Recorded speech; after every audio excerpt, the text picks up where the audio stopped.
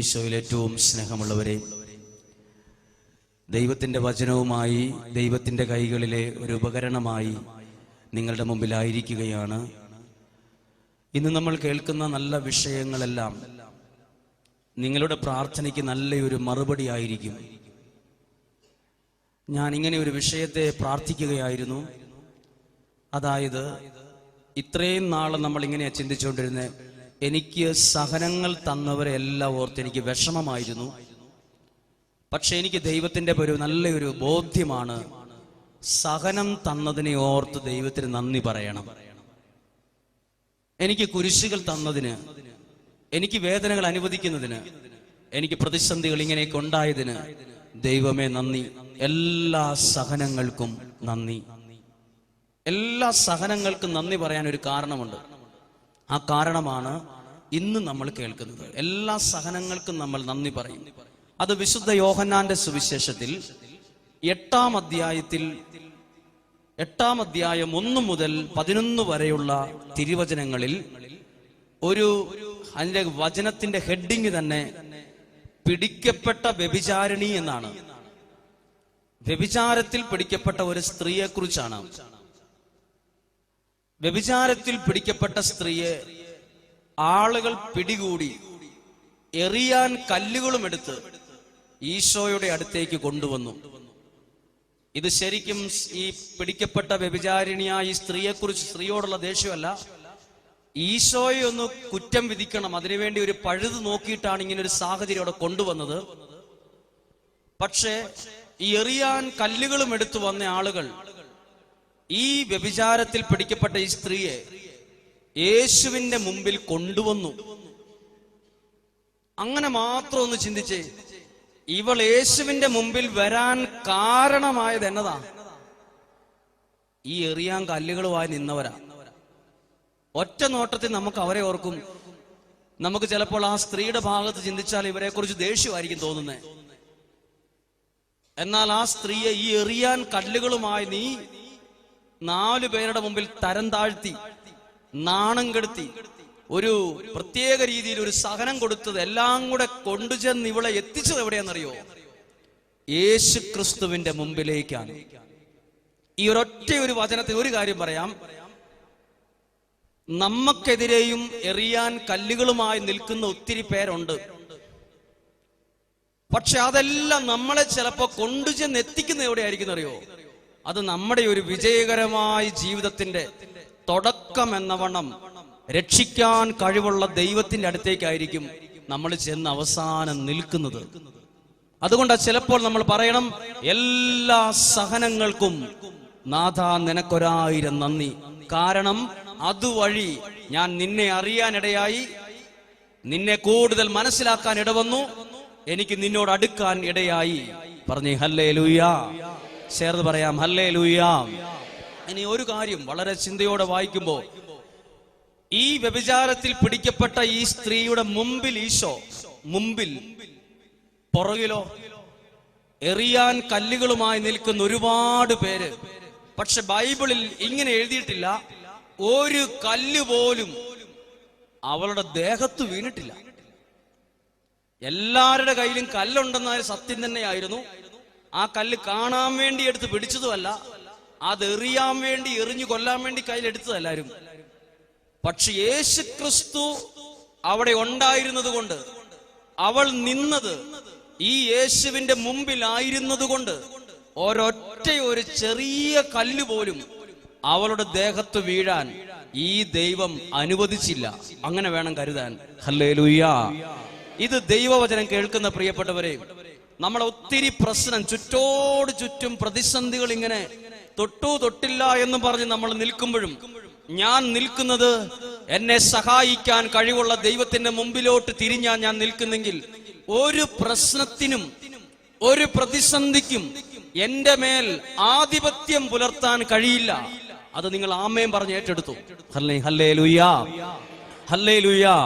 അതുകൊണ്ട് അവർ ചില പ്രതിസന്ധികളൊക്കെ നമ്മളെ കൊണ്ടുചെന്നെത്തിക്കുന്നത് ഈശോയുടെ മുമ്പിലാണ്. അവിടെ നിൽക്കുമ്പോൾ നമുക്കൊരു പ്രത്യേകതയുള്ളത്, ഒരു പ്രതിസന്ധിയും ഒരു നിശ്ചിത അവിടെ ഒരു വരയിട്ട പോലെ അവിടെ നിൽക്കുകയുള്ളൂ. ഒരുപക്ഷെ നിങ്ങളുടെ ചുറ്റും പല പ്രശ്നങ്ങളും നമ്മൾ നോക്കുമ്പോൾ കാണാൻ പറ്റുമായിരിക്കും. ദൈവത്തിന്റെ മുമ്പിലാണ് നിങ്ങൾ നിൽക്കുന്നതെങ്കിൽ പ്രശ്നങ്ങൾ അവിടെ ഒരു വരയിട്ടിട്ട് അവിടെ ലൈനായിട്ട് നിർത്തിയതുപോലെ നമ്മുടെ പ്രശ്നങ്ങൾ അവിടെ നിർത്താൻ നമ്മുടെ മുമ്പിലുള്ള ദൈവത്തിന് കഴിവുണ്ട്. ഒരൊറ്റ കല്ല് പോലും ആ സ്ത്രീയുടെ ദേഹത്ത് വീണിട്ടില്ല. ഹല്ലേലൂയാ. അവർക്ക് പറഞ്ഞു ഹല്ലേലൂയാ. നിങ്ങളുടെ പ്രശ്നങ്ങളും പ്രതിസന്ധികളും രോഗങ്ങളും ഒറ്റപ്പെടലുകളും കടബാധ്യതകളും നമ്മളെ കൊണ്ടുചെന്നെത്തിക്കുന്നത് ദൈവത്തിന്റെ മുമ്പിലാണെങ്കിൽ ഒരു പ്രതിസന്ധികളും നമ്മളെ തകർക്കാൻ ദൈവം ഇടവരുത്തില്ല. അതൊരു കാര്യം. അടുത്തൊരു വിഷയം, ഇവിടെ ഈ സ്ത്രീക്ക് വേണ്ടി പറയാൻ ഒറ്റയാളെ അവിടെ ഉണ്ടായിരുന്നുള്ളൂ. ഈ സ്ത്രീക്ക് വേണ്ടി അവിടെ നിൽക്കാൻ, നിലകൊള്ളാൻ ഒറ്റയാൾ, ഈശോ മാത്രം.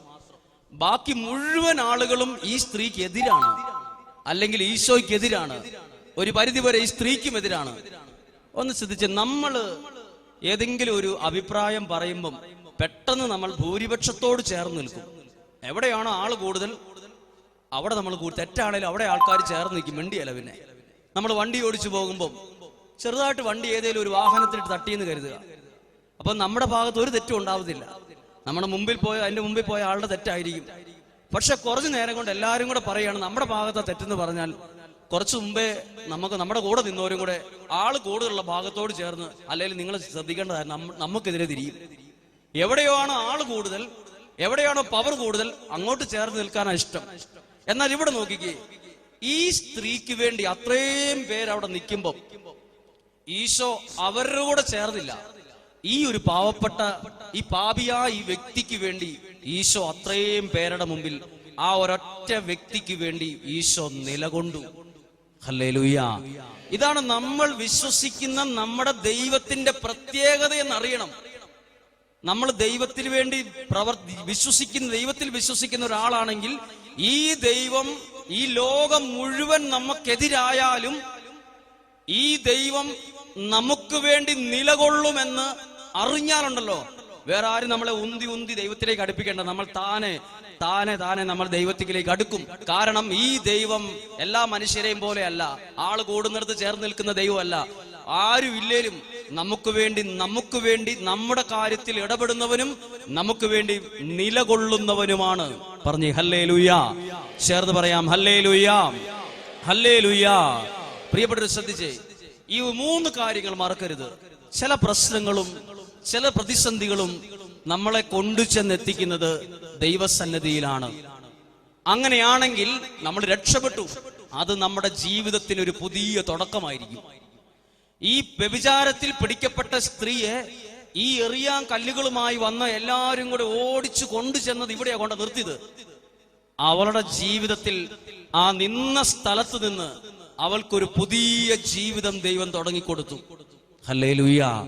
പ്രിയപ്പെട്ടവർ, ഇപ്പൊ എന്ത് പ്രശ്നത്തിലായിക്കൊള്ളട്ടെ, പ്രശ്നങ്ങളും പ്രതിസന്ധികളും കുടുംബസമാധാനം ഇല്ലാത്ത ആകെ ശ്വാസം മുട്ടുന്ന സാഹചര്യങ്ങളിലൂടെ കടന്നു പോകുന്ന ആരെങ്കിലും ഉണ്ടെങ്കിൽ, നിങ്ങൾ ഇപ്പോൾ നിൽക്കുന്നത് ദൈവമേ എന്ന് വിളിച്ചുകൊണ്ടാണ് ദൈവസന്നിധിയിലാണെങ്കിൽ, നിങ്ങളുടെ പുറകിൽ നിൽക്കുന്ന ഒരു പ്രശ്നവും നിങ്ങളുടെ തലയ്ക്ക് മീതെ വരാൻ ദൈവം ഇടവരുത്തില്ല. 1. 2, എല്ലാ സഹനങ്ങൾക്കും അങ്ങനെ ചിന്തിച്ചാൽ നമ്മൾ നന്ദി പറയും. അവര് നിമിത്തമാണല്ലോ ഞാൻ ദൈവത്തെ അറിഞ്ഞത്, അവര് നിമിത്തമാണല്ലോ കാര്യം എനിക്കൊരു സഹനം തന്നാലും അതിലൂടെ എനിക്കൊരു പുതിയ ജീവിതമാണല്ലോ ദൈവം തന്നത്, അതിലൂടെ എനിക്ക് ദൈവത്തെ അറിയാൻ എനിക്ക് ഇടവന്നല്ലോ എന്ന് നമ്മൾ പറയും. അതുകൊണ്ട് ചിലപ്പോൾ നമ്മൾ പറയണം, ചിലപ്പോഴല്ല പറയണം, എല്ലാ സഹനങ്ങൾക്കും നാഥ നന്ദി. ഹല്ലേലൂയ. അവർക്ക് പറഞ്ഞു ഹല്ലേലൂയ. 2, ഒറ്റ കല്ല് പോലും, ഒരു കല്ല്, എത്ര പേര് കല്ലുമായിട്ട് നിൽക്കുമായിരുന്നു, ഒരൊറ്റ കല്ല് പോലും ആ സ്ത്രീയുടെ മേത്ത് വീഴാൻ ദൈവം അനുവദിച്ചില്ല. മോശയുടെ നിയമം അനുസരിച്ച് ഈ സ്ത്രീയെ കല്ലെറിഞ്ഞ് കൊല്ലണമെന്നാണ് നിയമം. ഇതാണ് നിയമം. നിയമവശത്തിൽ ആരെയും കുറ്റം വിധിക്കാൻ പറ്റത്തില്ല. കല്ലെറിഞ്ഞ് വേണേ കൊല്ലാം, ഈശോയുടെ മുമ്പിലിട്ട് വേണേ ചെയ്യാം. പക്ഷെ ചെയ്തില്ല, ചെയ്യാൻ അവർക്ക് പറ്റിയില്ല. ശക്തിയും ആരോഗ്യവും നിയമവും എല്ലാം അവരുടെ കൂടെ ഉണ്ടെങ്കിലും അവർക്ക് അതിന് പറ്റിയില്ല. ഇങ്ങനെയൊന്നും എറിയാൻ പറ്റിയില്ലെന്ന്. നമ്മൾ ദൈവത്തിന്റെ മുമ്പിലാണെങ്കിൽ ആർക്കും വെറുതെ പോലും നമ്മളെ തൊടാൻ കഴിയില്ല. പറഞ്ഞേ ഹല്ലേലൂയ. 3, മൂന്നാമത്തെ കാര്യം, ദൈവസന്നിധിയിൽ നമ്മൾ നിൽക്കുവാണെങ്കിൽ നമുക്ക് വേണ്ടി ആ ദൈവം നിലകൊള്ളും. അടുത്തൊരു പ്രധാനപ്പെട്ട കാര്യമാണ്, ഈ സ്ത്രീയോട് ഈശോ പറഞ്ഞു, മേലിൽ പാപം ചെയ്യരുത്, നിന്നെ ആരും വിധിച്ചില്ലേ എന്നൊക്കെ ചോദിച്ചു. അപ്പോൾ ഈ സ്ത്രീ ഉറപ്പായിട്ടും തിരിഞ്ഞു നോക്കി കാണും. ഈശോ പറഞ്ഞ ഇങ്ങനെ വചനമുണ്ട്, 8-ാമത്തെ വചനം, അവൻ വീണ്ടും കുനിഞ്ഞ് നിലത്തെഴുതിക്കൊണ്ടിരുന്നു. ഇത് കേട്ടപ്പോൾ മുതിർന്നവർ തുടങ്ങി ഓരോരുത്തരായി സ്ഥലം വിട്ടു. ഓരോരുത്തരായി ഇങ്ങനെ വന്നവരെല്ലാം തിരിഞ്ഞങ്ങ് പോയി. നിങ്ങളൊന്ന് ഭാവനയെ കണ്ടു നോക്കിയേ. അവരെറിയാനും കുറ്റം വിധിക്കാനും ഒരാഘോഷമാക്കാനും വന്നതാ. അവരുടെ ജീവനും ശക്തിയും എല്ലാം പോയി. അവിടെ എത്തിയപ്പം അവരെല്ലാം അവിടെ കൊണ്ട് ആ കല്ല് അവിടെ തന്നെ ഇട്ടിട്ട് തിരിഞ്ഞങ്ങ് പോയി. ഇതുപോലെ നമ്മൾ ദൈവസന്നിധിയിൽ നിന്നാൽ നമ്മുടെ എല്ലാ പ്രശ്നങ്ങളും അവിടം വരെ നിൽക്കുകയുള്ളൂ. അവിടുന്ന് തിരിഞ്ഞങ്ങ് പൊക്കോളും. അവിടുന്ന് തിരിഞ്ഞങ്ങ് പൊക്കോളും. പിന്നെ നമ്മൾ തിരിഞ്ഞു നോക്കുമ്പോ ആ പ്രശ്നങ്ങളിൽ ദൈവം ഇടപെട്ട അനുഭവങ്ങൾ നമുക്കുണ്ടാകും. പറഞ്ഞേ ഹല്ലേലൂയ.